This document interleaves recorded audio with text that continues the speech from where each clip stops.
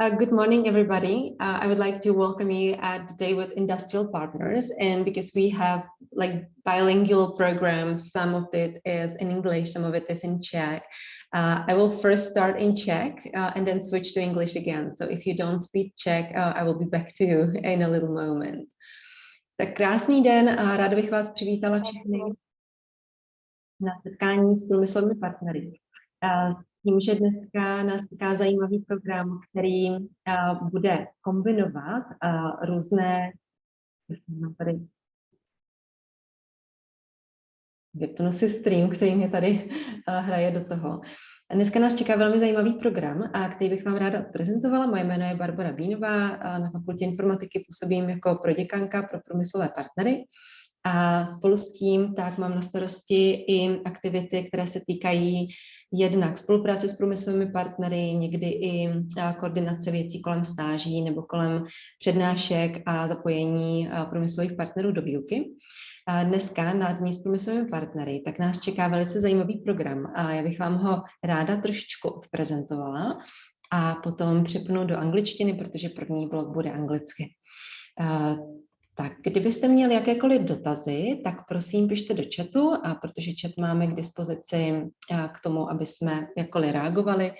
Zapínání mikrofonu je tady vypnuté, aby jsme nerušili videozáznam, který budeme pořizovat. Takže já bych vám tímto ráda představila den s průmyslovými partnery, který připravujeme každoročně 2krát do roka. Je to vždycky na jaře, na podzim. Čeká nás v podstatě celý den až do nějaké 4. hodiny plus workshopy jednotlivých bloků přednášek. Ty přednášky budou velice, nebo někdy to budou diskuze, někdy přednášky, velice zajímavé. Ten program vybíráme každého půl roku jiný, takže určitě budeme rádi, když se k nám přidáte opakovaně. V tom prvním bloku se budeme bavit o inovacích v regionu, do něj se pustíme za malou chviličku.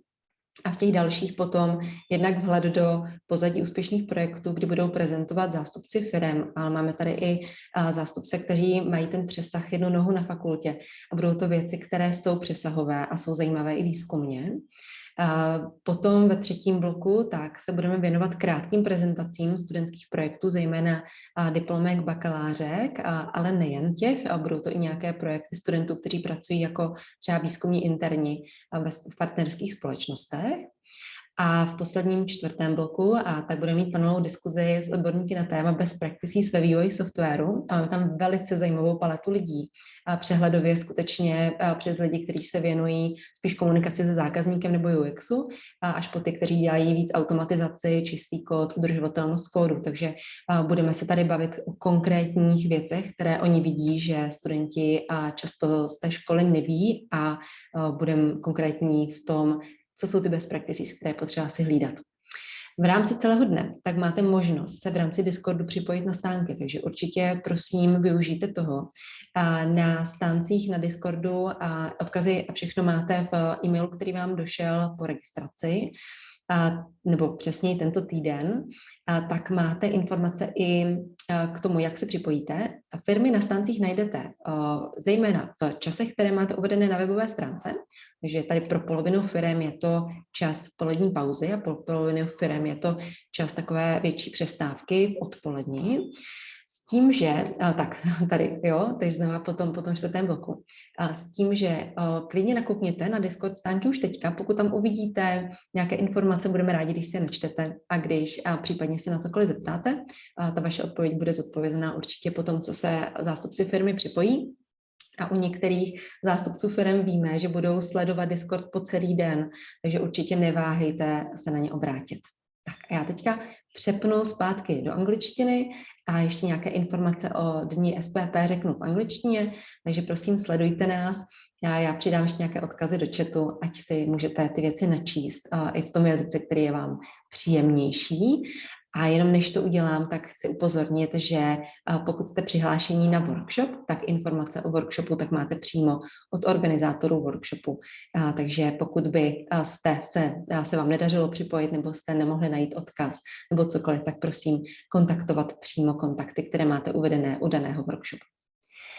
Okay, so I'll switch back to English, and I will use chat to actually share with you some interesting links, because I will share with you some information about the Association of Industrial Partners, which for us is an association that is running for 15 years already.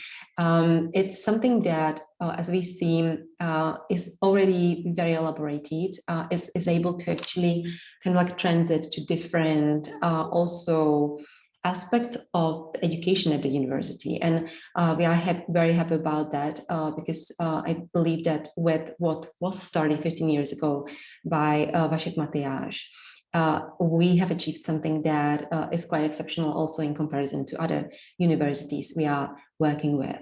So from that point of view, to tell you a bit about the association, I will send you maybe the links first to the chat, so that you can follow yourself, and you can also follow it in chat. So I'll send the links, and you will see it in the chat now. Okay, so what is the main web pages? The web page of the Association of Industrial Partners. You can switch it to your preferred language, and in there you can learn more about the companies. We are at the moment having around 30 companies. It is a limit that we are trying to keep, because we want to have an interaction with each company managed by a person who is a professor of, or it can be a PhD student, but it needs to be a person who is really grounded at the faculty, so that they can create connection for the company, also with the opportunities around research, around teaching involvement, etc. So this limit is given through also availability of the people at the faculty, and we are trying to work in these pairs of a company and a research team, so that we build the collaboration that can last for like multiple years. There are many companies that actually are with us since the early inception of the association. And at the website, there are a few things I would definitely recommend you to read. One of them is the articles and annual reports. So in this one, what you can learn about the association is that we have kind of like overview of each year published on the website. In the overview, you can read about the like small success cases, but also numbers from the previous year. I definitely encourage you to take a look at also what are the, for example, activities that we do, which are the collaboration on the final thesis, is the competition for talented students that is being joined by more and more pairs of company plus a research lab, helping students already on the bachelor degree to get a position that can be on this borderline of industry and a research lab. We have large involvement of companies in teaching, so you can find a list of courses where some of the companies are being involved.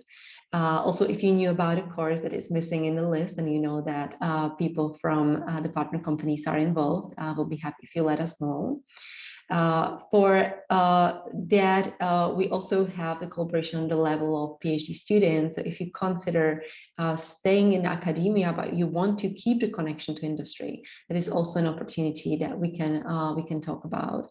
And then what I would definitely encourage you to also look at is that in the bottom of that article, you can find the links to some of the companies that have published some summary of the cooperation from their perspective. So when you open some of them, you can see how they summarize the ways they cooperate and the opportunities they create for students. And I would like to thank all those companies that have created these summaries. So please go ahead and spend time to read them. Actually, also people who are with us today, who will be discussing in the first block, are those from the companies that really do collaborate on a higher level than others, and you can find information about them on these links.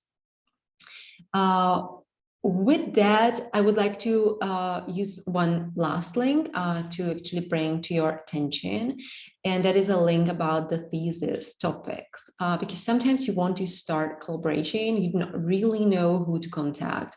So on this like cooperation in the field of theses, also you have the link in the chat, you can find the right contact. So for each company, you can find a contact here at the university as well in the company. If you want to check what are the open thesis topics already in the information system, you can use these links to explore them. But please be aware that sometimes the company prefers that you contact them to discuss the opportunities and the topics that you can actually put together with the company contact person. So don't only restrict yourself to the topics you see in the list, but start with the list. It's good to start with a list to get an idea. And then if you want to ask further, like what is possible beyond the topics that you see on the links, please contact the person in the company. You can CC the person at the university or do it the other way around if you prefer, where with this way you can get access to more opportunities. Okay, so with that, I would like to summarize that what I just said in Czech at the beginning was a summary of the day for you in English. If you're only English speaking, only the first block plus the access to the companies on Discord server are prepared in English. At the Discord server, just feel free to access it, to talk to any of the companies. There are times allocated in the program where you can just jump in the chat or conversation on the Discord server. The link is in the email that was sent to you this week. And we'll be happy if you use these 2 time slots. It's half of the companies in the afternoon time slot and half of the companies in the lunch time slot. So just go ahead with that. Okay, so with that, I'll stop sharing because I want to bring on stage the speakers of the next session. So I will be bringing them one by one, where I'm very delighted to have them with me because all of them are people who are in the leadership of the companies, who are partner companies for a very long time. They all care a lot about research and innovation, also inside the company as well as in collaboration with industry, and we'll be very happy to learn more about these. So as I will go through the list as you see it on the website. So first is Ondra Krajicek, who is the Chief Technology Strategist in Vysoft. Vysoft is one of those companies who really are with us since the inception and are part of many courses, research projects, etc. The next one is Tomáš Sasi, who is joining us from the Honeywell company. He is the Director of Strategy and Innovation of the EMEA region, which is Europe, Middle East, and Asia, and the R&D. The next is Pavel Minařík, who is Chief Technology Officer in the Flowmon Networks, which is a spin-off of Masaryk University and also the University of Technology. And is representing Flowmon, which is also connected to the university very strongly by sitting here in the Sered Science Park, or been sitting here for a long time, and being connected to many research activities happening at the university, and now being connected to a new company, the ChemMP. The next one is Tibor. So Tibor Sabo is representing the INCUL company, is in the leadership of the company. INCUL is engaged in many also teaching activities for students, so they are in touch with students very strongly. And thank you very much for accepting our invitation. And the last one to join us is Libor Michalčík, who is representing Kyndryl, previously IBM, and their Brno Operation and Transformation Office, and basically is the leader of that section and also statutory representative of Kyndryl. So I'm very happy to have you all in here with me. It's a real pleasure to have such a great company. around here. And I would like to start with a question to all of us, and I would go in the same direction as we just did, to ask you about what is the level in which the kind of like innovation is done in the context in which you are involved. So most of you are in the leadership, so you can say like where the R&D and innovation is involved in your company from the perspective that you see. And I would invite Ondra Krajček to answer first. Okay, hello Bára, and hello everyone. It's good to be here, even just virtually. Innovation. Well, I see innovation as overcoming the current perceived boundaries. And that means that innovation can happen anywhere. And I think that when I was looking around Vysoft, I just realized that the innovation is actually happening in many teams, even beyond those which are officially called R&D. We, for example, have a cooperation between our marketing department and Masaryk University.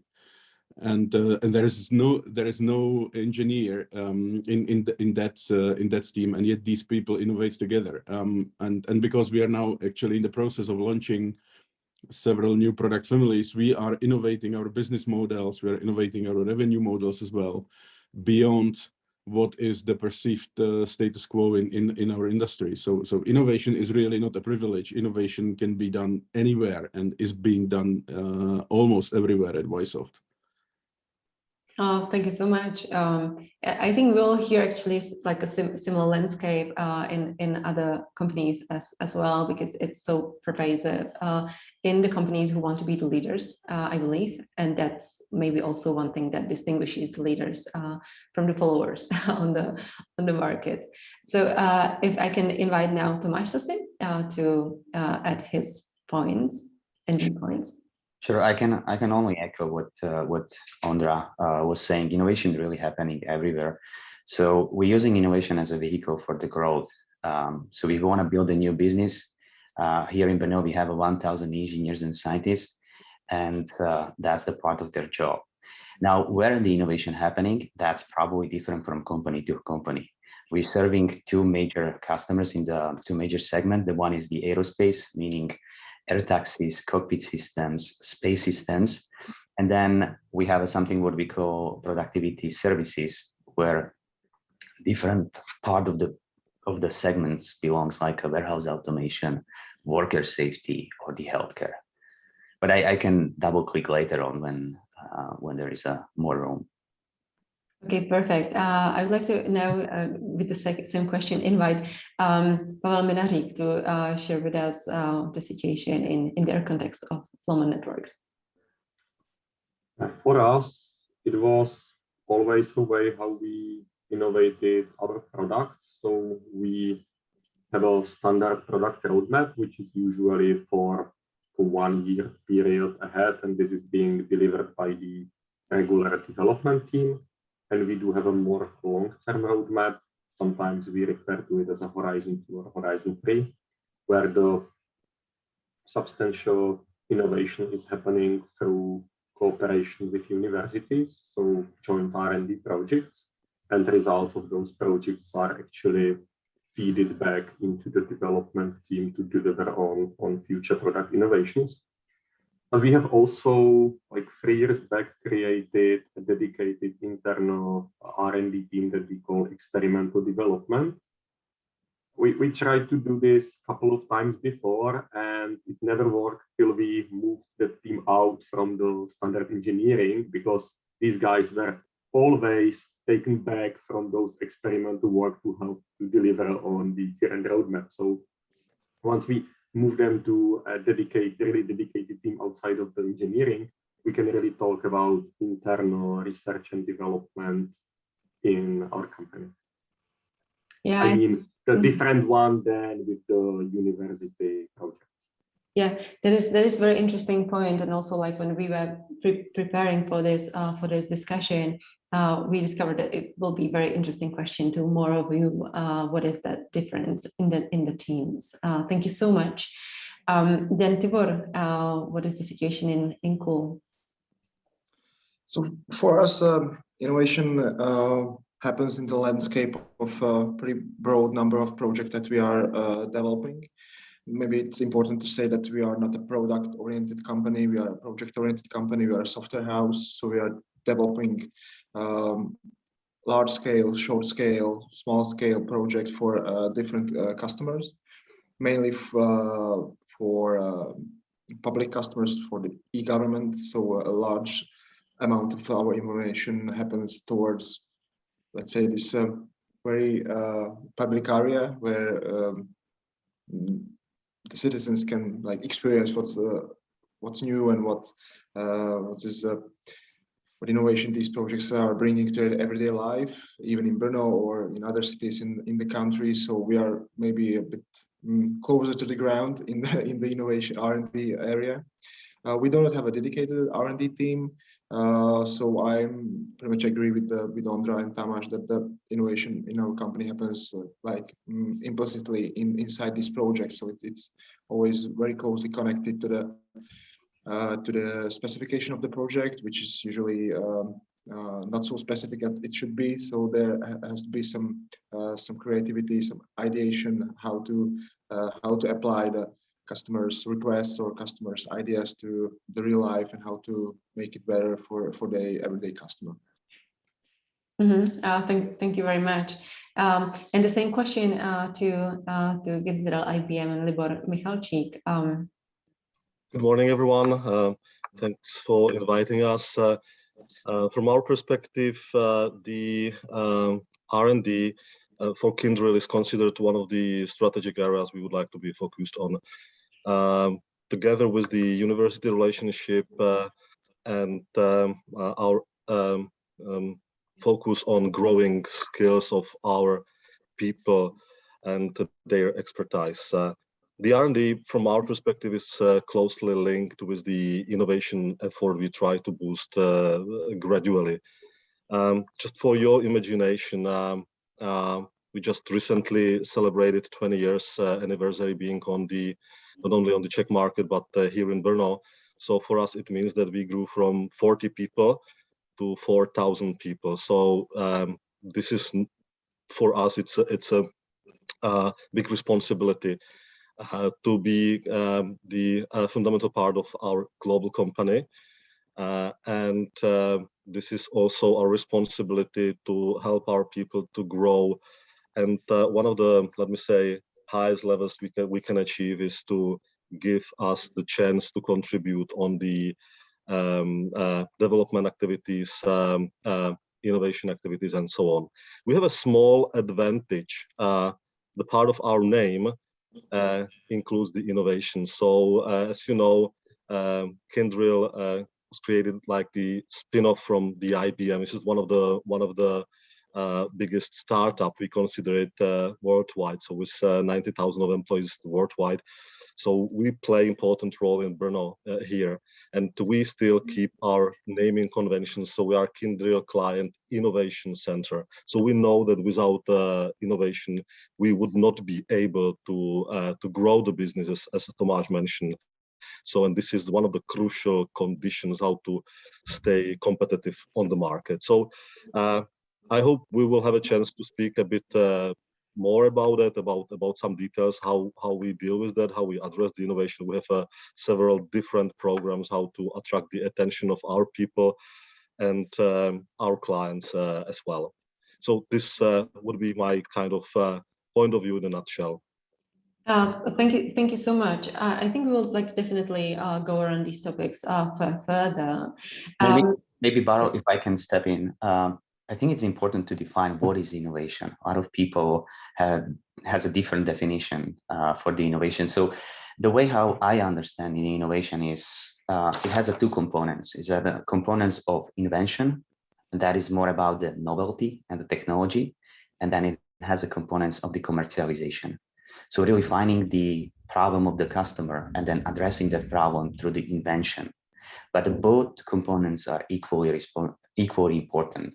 And now innovation can really happen in the three areas or even more: in the product services, in the area of the processes, and the area of the business models. And And it also happened within the different functions. So not only engineering, but also, as Andre was mentioning, sales department, marketing department, customer facing people department, you name it. So it's a really broad area, and maybe the other guys can also contribute how they see it, if the definition is what I just mentioned, or somebody see it in the different way within the companies. Yeah, definitely. Like if you want to add to this, like you can directly jump in, because I think it's like structured ways to see the connection. And Baro, I will add one thing to Tomáš, because this is something I really learned the hard way, and it took me a lot of time to realize that. But technology is interesting and of course significant and important. And many people, when they hear innovation, they think it's something like it only happens in technology. Technology is 20% of products and services, and products and services are 20% of a company. There are many other different things in business that are strategically important, significant, and that can be innovated on. Technology is important, but just a small piece of it. Yeah. Let me please follow what colleagues mentioned. I think that all is interesting here. Our understanding of the innovation is as a part of the culture. We would like to enable everyone and each employee, our people, to bring the innovation. So it needs to be in a mindset. So we try to enable those bright ideas which should lead to make a good change toward any positive outcome. So it has more aspects, and I do believe that this culture or mindset is the crucial instance in the very beginning. Mm-hmm. I will follow up, like Libor, maybe for this specifically. So when you have innovation as part of like a regular work, is it that the person working in the company has some allocation of time they can think about like more disruptive innovation, or is it that they have a scope within which they can innovate, but they shouldn't like go too disruptive, because that then like disrupts the whole process of their work? It's a great question. If I understand well, you are mainly speaking about the enablement capabilities we are trying to put in place to Yes. allow our people how to do that. Two things, actually, to enable and then to restrict where they went too far from what they are actually expected to do.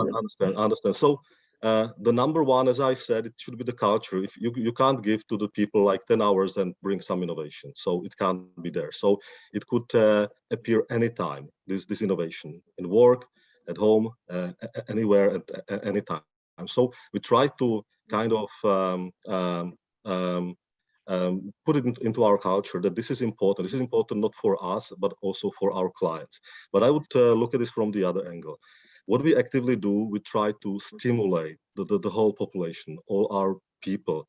How? We try to motivate them financially. So one of the programs we are running in our company, it's called DNSO. So we enable, or we entitle everyone employee to bring some idea. And this would be then up to the manager to provide as much time as it is needed to elaborate, to figure out how the idea, how the innovation could impact, or how this could be even implemented. So, and what we try to get connected people. It means the innovators, together with the account teams, with the salesmen, with the businessmen, together with our development team. So the application development is one of the vehicle, one of the tool we are using to boost those innovations and to make it happen.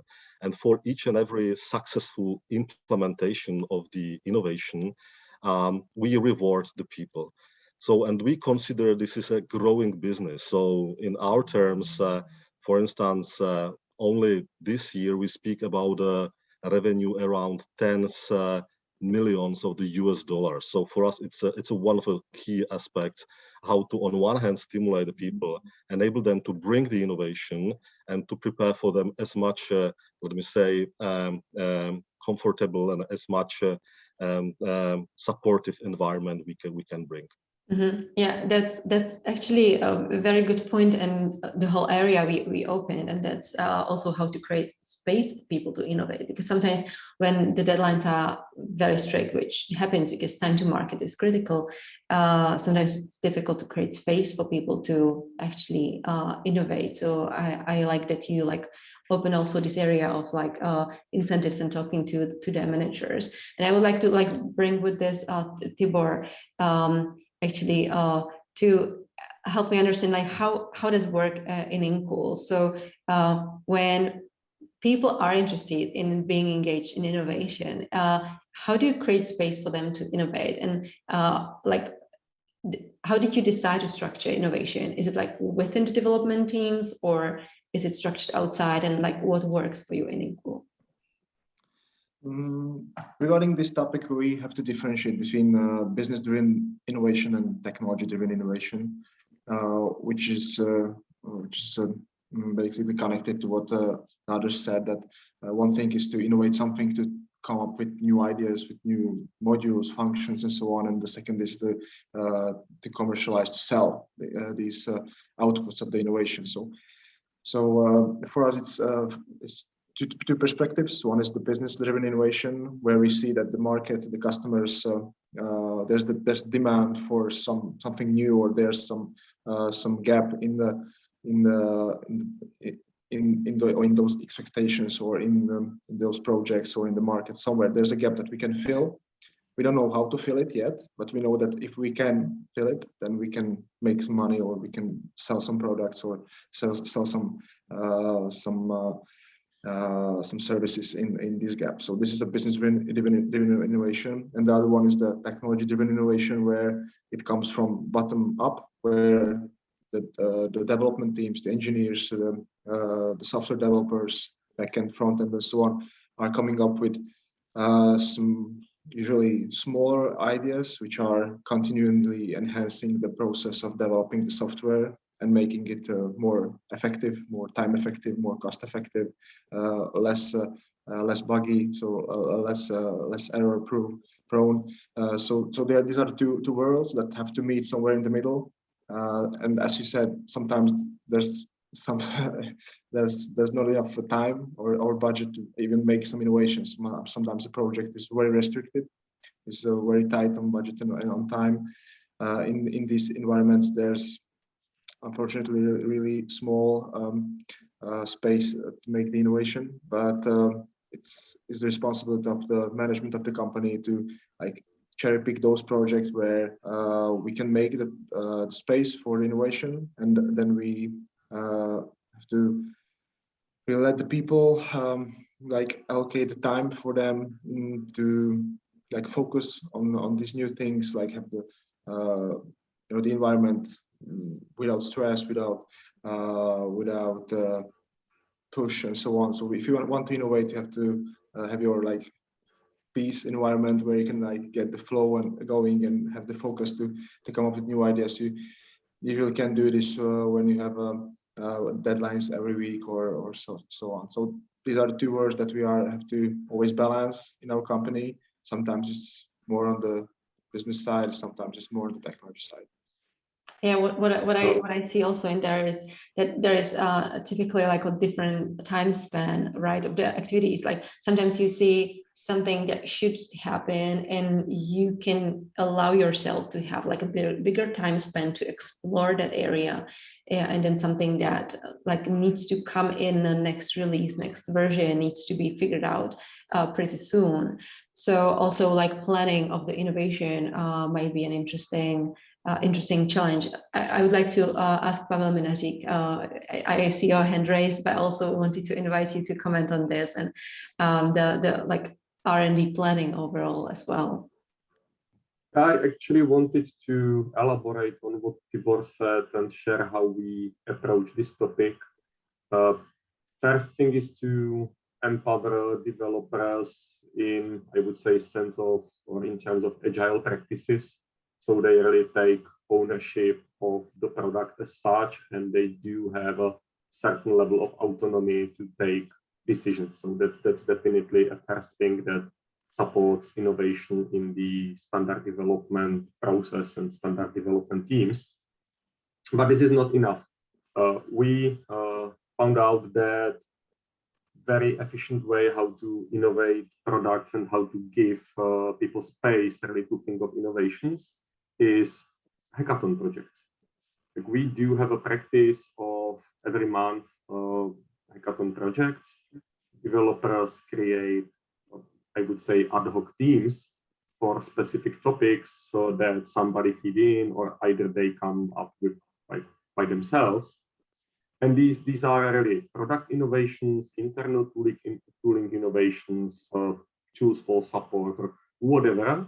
And many times the results are so interesting that they make their way into the product roadmap and they are released as a new functionality. Or, you know, they are really part of the product very quickly. And nobody planned that before, it just happened. Perfect. Thank you so much. I would like to elaborate over on this. So when we think about innovation in really long term, for example, 3-year roadmap, how is it happening? Are you having a separate meetings on that? For example, on a yearly basis, saying what should be the bigger innovations we should go into? Maybe still, Pavel. Well, that's like hitting the long-term product strategy. So we usually do, as I said, a detailed 1-year roadmap, but we do have a long-term product vision that usually covers like 3-4 upcoming years. And this defines the direction for product innovations. And when the product vision is, I would say, defined well enough, it's actually a guidance for experimental development, for the standard engineering team to prioritize individual requests, features, product capabilities. So basically, if this is done right, it gives the product management and also experimental development a framework for taking the product innovation decisions. So that's how we are doing it. At this moment, we are actually in the middle of our 4-year cycle where we define the upcoming strategy for 2020, 2021, and so on. Yeah. Thank you so much. I would like to now move to the topic of skill set and people who are involved in R&D and in innovation. We've heard that you can see innovation all across different areas within the company, including processes, business, strategy, not only product. But at the same time, it is clear that when somebody has R&D as part of their main work description, it's very likely that we need certain skill set of these people, even if they actually combine it with development skill set. And I wanted to ask Ondra actually about this. So what a person needs to be or have so that you consider that this person would be a good fit to be involved in R&D? Thank you, Bara. I think that we can build a list that we will probably include 500 different things in that list, but most of them probably are not important. I would say that over the years, I see 2 overarching things. The first one is don't live in bubbles. I mean, if you just try to live in one field, you consider yourself to be, for example, a software engineer and software engineer in only, and you have very little overlap with any other field. It doesn't even matter. But if you don't have this T-shape, which was very long time ago created as a notion in IBM and other companies, you will have a really hard time doing R&D. And the second thing is know your foundations. If you are coming from a specific field, most of us probably come from engineering or computer science, to really do R&D, we need to understand the foundations of our fields, and we need to understand the motivations of those foundations. I think that, I don't know what the situation is today. I remember when I was a student at the Faculty of Informatics, sometimes I just wasn't able to appreciate some of the courses because I was like, okay, how is this relevant to me being a developer? And the older I am, the more grateful I am for being taught those things. So I really appreciate that I had the chance to attend to those courses. Know your foundations, don't live in bubbles. Can you give an example? Actually, that would be very interesting. An example of a knowledge that, and it doesn't need to be in like your personal story. It can be that you saw it as a team member, or maybe even the negative story that they were missing this knowledge. Okay, a story. Maybe two stories, but first of all, something very practical: customer intimacy. And that is not R&D thing. It is R&D thing too, of course, but it's not just for R&D. But if you don't have these overlaps, how can you talk to your customers? There is very little common language you can apply to those conversations. So if you are like a super hardcore, I don't know, engineer, and you're trying to talk to a super hardcore accountant,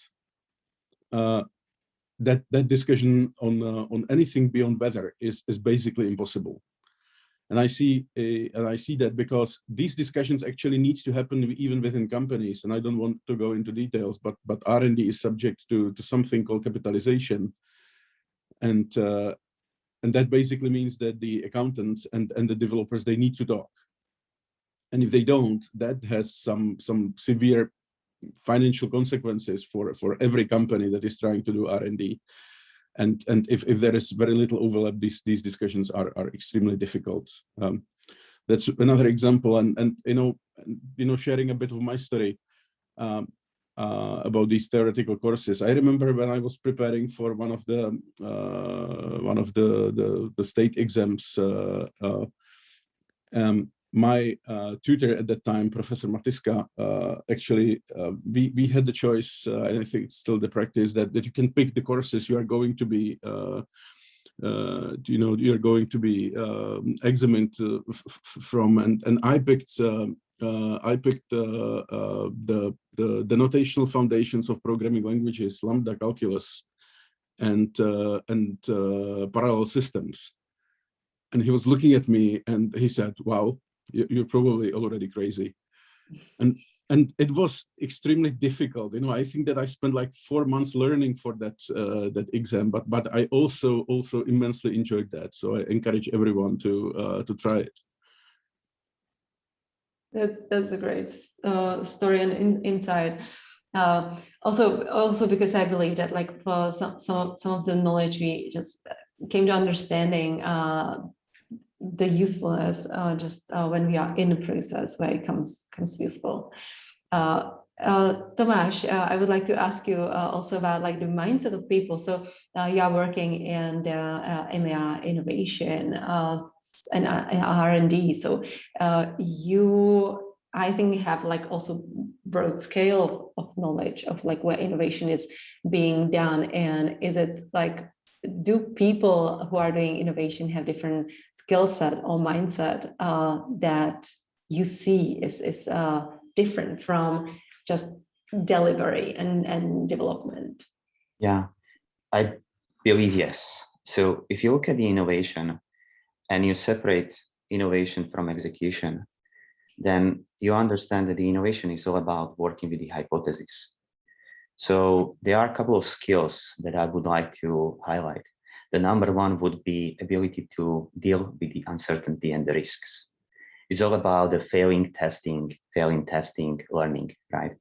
The second one would be the recovery. Not every time everything goes as you plan. So you need to recover, and you need to recover quickly. And then today we are overwhelmed by data. So ability to work with the data, to get the insights from the data, and then decide in the timely manner. Those are the things that we value when you are in the area of innovation.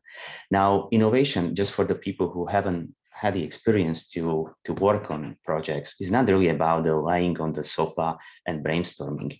Innovation is goddamn difficult thing. I mean, those people, there are the nights where they don't really go home.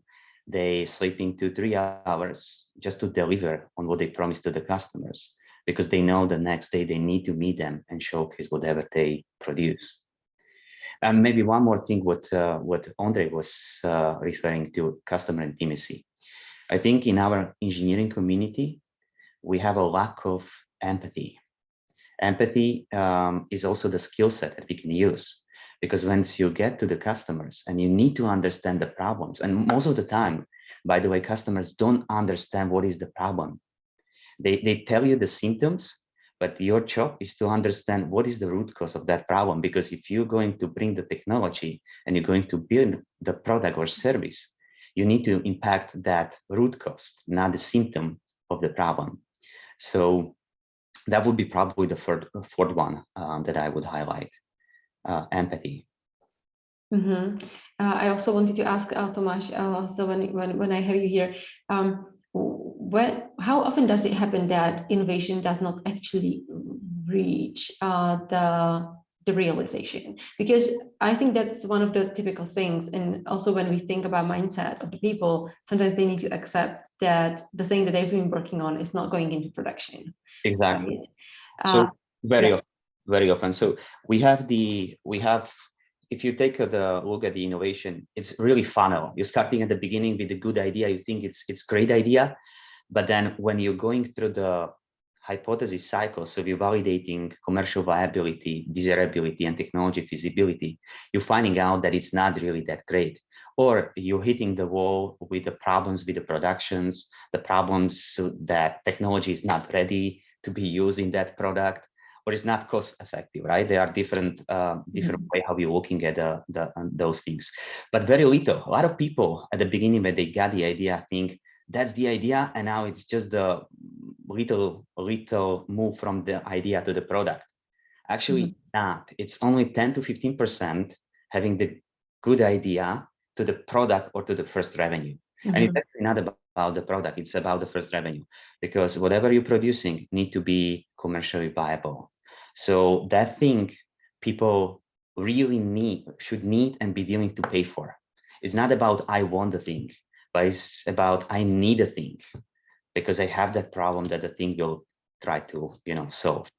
Yeah, that's a very, very good point. And I think it's also like important from the point of view of skill set of the people working in innovation to like understand this funnel, because I've heard about like from people working in I don't know, like I have a friend who is working in the US in a startup, an innovative company, and he said that I moved to startup because I was working in a huge company. He was working at Google actually, where I was working for such a long time on an innovation that like in the end was decided not to go into production. And, like, so that's actually, like that's this thing that you need to have the mindset that, like it's an innovation and not all innovation can end up in production.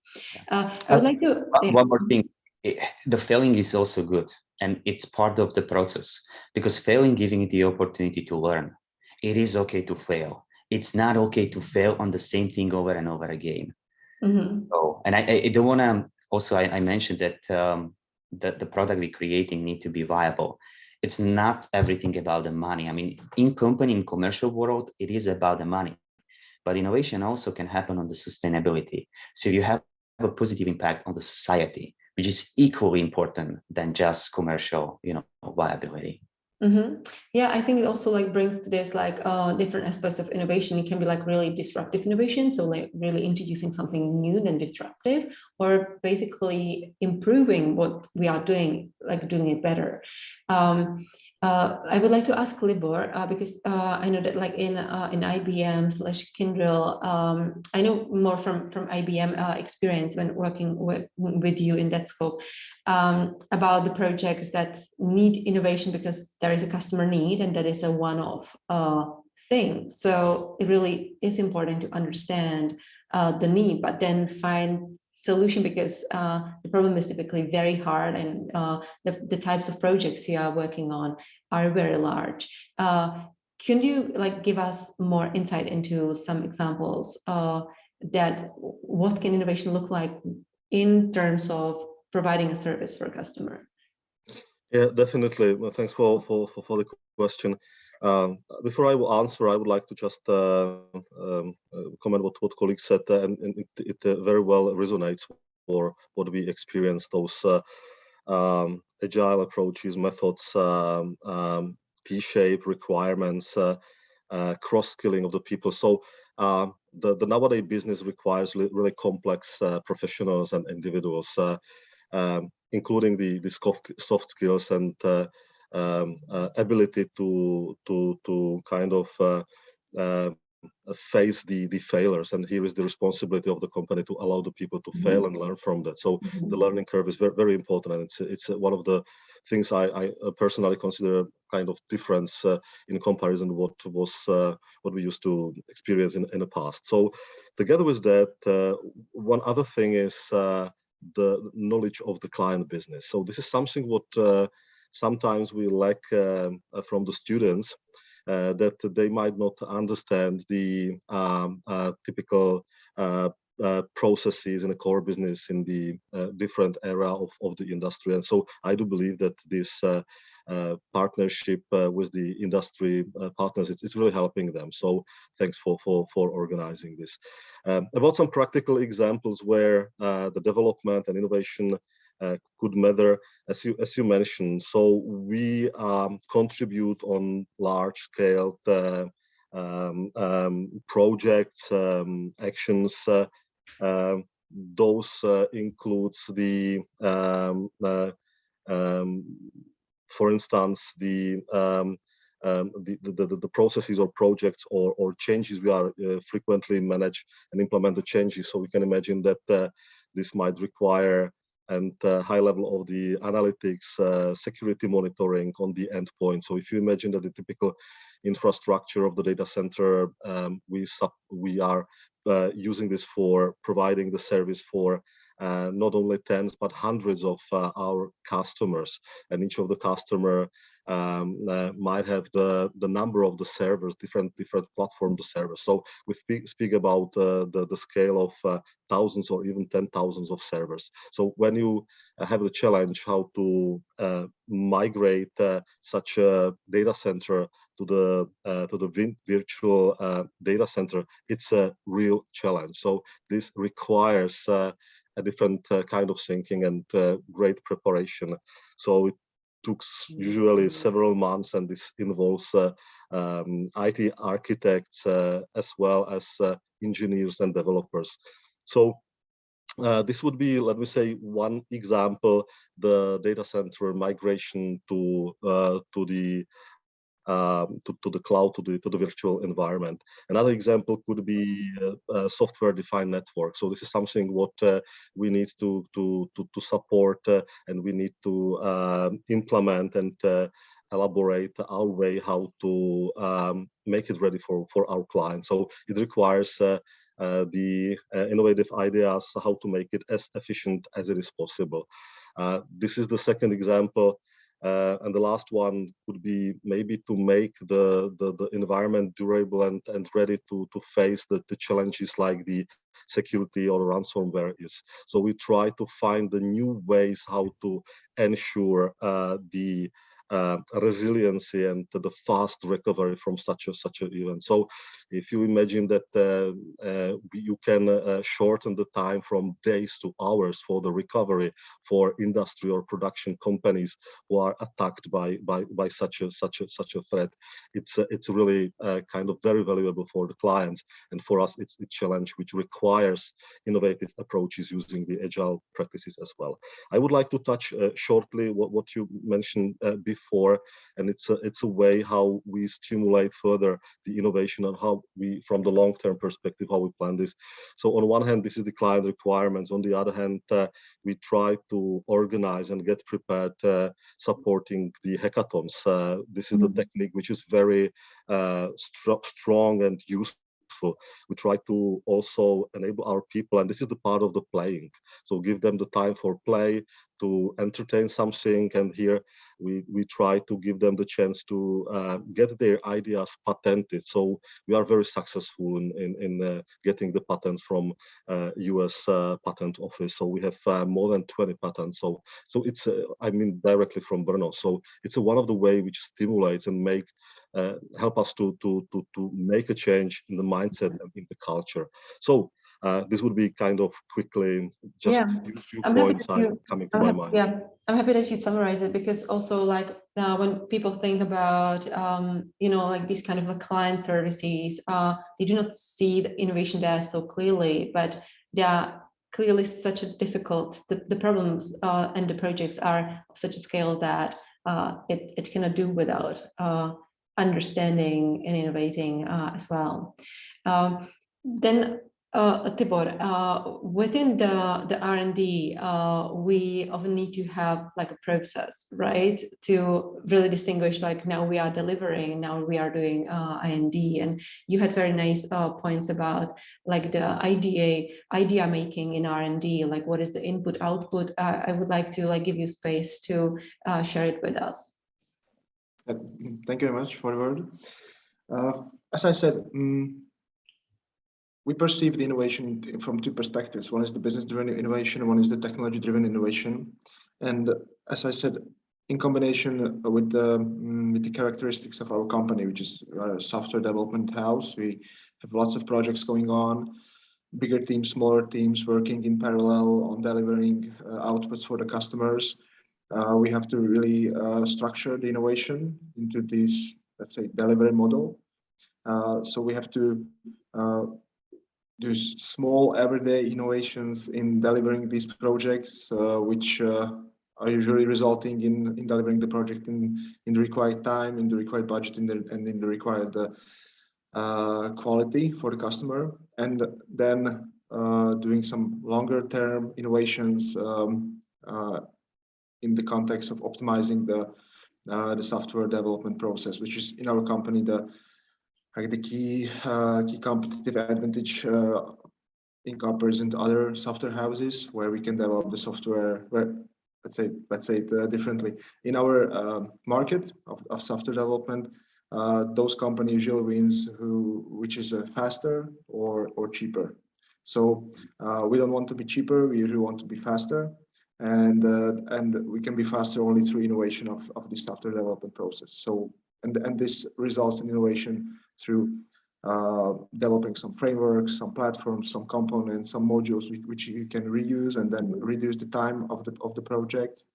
And at the side of the business-driven innovation, I think it's smaller in comparison to other companies that are connected here, because we are not a product-oriented company. We are not looking in a 4 or 5, 6 years forward what the market will do. We are more focusing on short-term goals, 1 year, 2 year beforehand, and focusing on the, let's say, on the delivery model, on the effectiveness of the work, on planning the time of the people, planning the consequences of the project. Mm-hmm. So this is the core what we are like looking into on from the innovation perspective. Mm-hmm. Yeah, perfect. It gives much clearer like idea of like how also the whole process links together.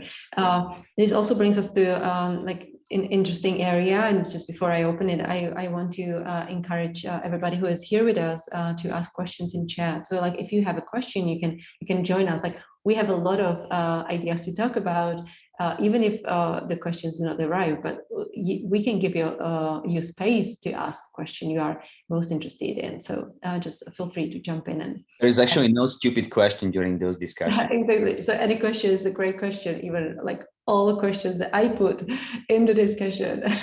So what is one thing that we did not touch and that I think is very important for the students, but like everybody, is is how like people get into this whole picture. Typically, how we work with customers during the innovation, and then how we work with university or students, or they can be part of innovation. I would like to start shortly, Ondra, with the customers, but if you can then like also comment on the students and university in that whole loop. So let's start with the customers. I think that what's making this a bit easier is that after all the let's say communication promotion of the agile and lean techniques which happened in our industry over the years, customers in many cases they just already understand that they can be part of the process. So that makes it infinitely more easier. But even before that, there are techniques how to involve the customer, but they all involve one thing: you need to build trust first. They need to trust you to open up and to do your best, and to understand that they are, or they may be, under pressure as well. And you also need to trust them that they will, let's say, respect the relationship. So if that trust is there, then customers can be involved, and then you can involve them in the design, even in the design process, just to validate that that your understanding of their needs, it works well. I did that 20 years ago, almost 15 years ago probably, with Česká spořitelna. It worked extremely well. We for example involve customers in the early pilots and beta evaluations right now. Actually, just on one product development program which we are running internally at Vysoft, we have like 3 different pilot customers evaluating an early stage technology and giving us tremendous feedback. And those customers are not even in Europe; they are all across the globe. And by then, you actually discover that the people on the quote unquote other side, that you, by giving them the opportunity to work with you this way, you kind of unleash the small creative engineer which is inside of every single person, and that in turn helps you to build a long-lasting business relationship. So it's not that, you know, engineering is engineering and business is business. It can actually work very well together as long as you are able to build that trust, and you are able to work together, both parties understanding what that the relationship is about. You need to manage expectations. But I for example, with Vysoft, we did that so many times that it comes natural to us. We have customers in you know, calling out some agile rituals. We have customers attending our sprint reviews, for example. So that's one thing. And for the students, I think that you know, I remember having this conversation like even before the Association for Industrial Partners started, the conversation with Vašek Matyáš, and I think that's how we built the cooperation in the first place. It's actually about 3 parties. It's about the industrial partner, it's about the university, and it's about the student. And all 3 parties, they have some needs. And as long as we all understand these needs and that we respect them, it works very well. And then the students have almost like unlimited potential. At least I can talk on behalf of Vysoft, joining anything and everything. These principles or these needs, I would say, are the following. Students, when I was studying, you know, one of the problems back then was that some companies treated students just basically as a source of a cheap labor, and I believe that changed significantly, and I'm happy that change happened, because that's not it. And I think that students, they need a lot of freedom to experiment and to fail. So if you just take some piece of some deliverable in your product and you just hide it under the disguise of a master thesis, that will never work, and that will only be frustrating for everyone, and that will leave a very bitter aftertaste. So students, they need freedom to experiment and to fail. They need freedom not to deliver. Our universities, they of course are interested in students finishing their education, and you know, it just can't be the case that the companies and the universities are kind of fighting over the people, trying to pull them out of their studies, you know, trying to convince them that the study actually itself is not important, because again, that will only leave a bitter aftertaste. So as long as this there is this three-party understanding, students can do anything and everything. For us, they do experimental work, but they are free to join meetings. They're free to join developers. They're free to watch. They are just not required to deliver production contributions, simply because that wouldn't be fair. They can, of course, they can try, but they are not required to. Yeah, I think you summarized very many points, and thank you also for this, because that's what I see very often, that when people think about their needs rather than what are the needs of the collaborators in the whole ecosystem, then it often predestines the collaboration to failure or dissatisfaction on one side. And even like dissatisfaction on that other side can like corrupt the whole collaboration. It doesn't make it sustainable really for the future. I would like to ask Pavel, you are a spin-off of Masaryk University and the University of Technology. So like you have very, I would say, very strong interconnection with the ecosystem of university. What is your experience of collaborating with university and involving students? Is it possible, and like what are the requirements to make it work? Well, it is possible, but it requires deep engagement from the company side. So just partnering with the university will actually bring you nothing. So we have developed over the years a program how we actually engage students in early stage. We leverage those R&D projects, so they get, I would say, non-critical positions within those R&D projects to kind of join their work with bachelor's thesis. And if this is done right and the student is selected for future cooperation, we offer an interim project. And if this is done right, we offer a part-time job in the company. And if this goes well, student can connect his work in the company with diploma thesis. And after graduating, he can get a full-time job offer. And this way, we already, I would say, onboarded maybe more than 10 of our colleagues in the development team. So that's the way how we work with university, with involving students. And I also would like to follow up on what Ondra said about engaging customers. This is actually something we would like to do better, and I'm impressed how this works for Microsoft. We do have a consultancy customer group. I would say it's like mostly like a trusted advisors for myself, who are being asked to consult new designs, concepts within the product development, but we're still talking more about standard product development, not really involving customers in research and development activities. And that's something we would like to do more, to bring those concepts in front of customers earlier, so they are more engaged in the process. Yeah. Thank you so much for that. One question on the students and their involvement in also research or innovation. What do you need the students to already know, or like what skills you need them to have to be able to actually already during their studies have some touch and feel of innovation and R&D?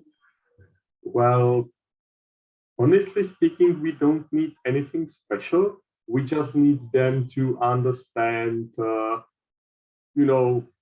IT or information technology basics in general. So basically what you are teaching them on the faculty, we know them to understand, for example, computer networks, understand TCP/IP protocols, but this is a standard knowledge that is being provided on the university. Of course, it requires a bit of personal engagement and, you know, playing around with stuff to get more familiar with it. But we really are just, you know, expecting the adequate university knowledge on that grade, like second, third grade of the study, and that's it. You know, having more expectations or asking for something else would be actually silly. That's not realistic, and we need to be able to work with students and upskill them and educate them during the process. Yeah, thank you so much. I would be also interested, Tomáš, in terms of Hannibal. So, like, I'm supervising some of the theses of students, and I know that sometimes students are working on like very interesting things, basically, like exploring something without like very clear delivery that needs to be done. It's more like exploration of like certain ideas. Maybe you can like share more of like how students can get this touch and feel of innovation in the company, because I think when people see like a large company, especially in terms of Hannibal doing on very critical projects, they might feel that the students are not actually allowed to you know, like work with the company on those things, like really ideation. But what I feel from my supervision of the students, like it is possible. So could you comment on this cooperation with students and in universities? Yeah, so it depends also on the industry focus. If you're working in the industry with a highly regulated businesses, then your options to give the work is limited. And that's why in Hannibal, we go for more strategic research. In the industry, we have a subject matter experts, and those people have done product for 3-4 times for the last 10 years. And they think they know it well. But what we observe in synergies with the academia is that if you bring the students who actually do not know the product development, they're really coming with the diverse ideas how to improve it. And we just finished the framework with the BUT University, where we own the whole semester. And we usually coming there, we teaching student design thinking, but also teaching how our product works. And then bringing them to the laboratories of Hannibal, where they start designing the stuff. And just this year, first time ever, we managed to get patent applications that's coming from the student work. And will be patent on the global level. So somebody who is in the 22 years old will hold the patent on the US and the Europe field, which is, I think, very good prerequisites for somebody who's starting the work later on. So my point, if I summarize it, companies should not think of the students as the labor, as Ondra said. It is important because that's the pipeline for the future employees. But we need to leverage that brain power. And it's our responsibility to start working with students much earlier than in the last grade. So we as a company need to proactively coming to the university and explaining how our product works. What is our domain about? Because you guys at the universities teach them the foundation. But then it depends if it varies if I'm developing the aircraft system or I'm developing the cybersecurity system, right? So, and that will be probably the one addition and one differentiator what I value the most on the students, if they have some domain knowledge or if they like the domain knowledge, because then the results of the work they get is totally different than you just push it down. Yeah, I think it also links to some enthusiasm around the topic overall. So, Ondra, one last comment for a minute, and then we'll wrap up the session. Yeah. Just to encourage everyone, Tomáš touched on one very important thing. It's much more about understanding that you should strive for a domain knowledge than actually having it. Mindset is much more important than what you already know, because if a student comes to a company, and I believe I can speak on behalf of all of us, we will teach you what you need, or we will help you learn it. The mindset is key. And that's a very good point, because like I see it all over again. Also, like when I engage students in research, it's about this enthusiasm to explore, to grow, to learn new things, to find connections, to experiment, to try and fail. That's the mindset. And I think it's a very nice wrap up also for the session we are now having. Thank you very much to everybody. I would like to also invite everybody watching that to visit the Discord booths of the companies. And especially if you are interested in R&D, then you see what companies the speakers are coming from. We'll be very happy if you stay with us the whole day. There will be very interesting program in the other sessions as well. Talking already in the next session, we'll have a 15-minute break, and then in the next link, so it's a different link, we'll meet at 10:30 to discuss some interesting project. One discussion will be in Czech, and we'll go into projects that also have R&D overlap. So actually there will be also a project where also Honeywell and Red Hat and universities, both the Technical University and our faculty in Masaryk University, were involved to work on a research. So definitely join us. I'll see you in 15 minutes. Thank you so much to our speakers. Thank you. Big round of applause for all of you. Unfortunately, just virtual. But anyway, thank you very much. Have a nice day, and I'll see you in 15 minutes if you are staying with us. Thank you Thank for you your very much. Have a great day. Thank you for the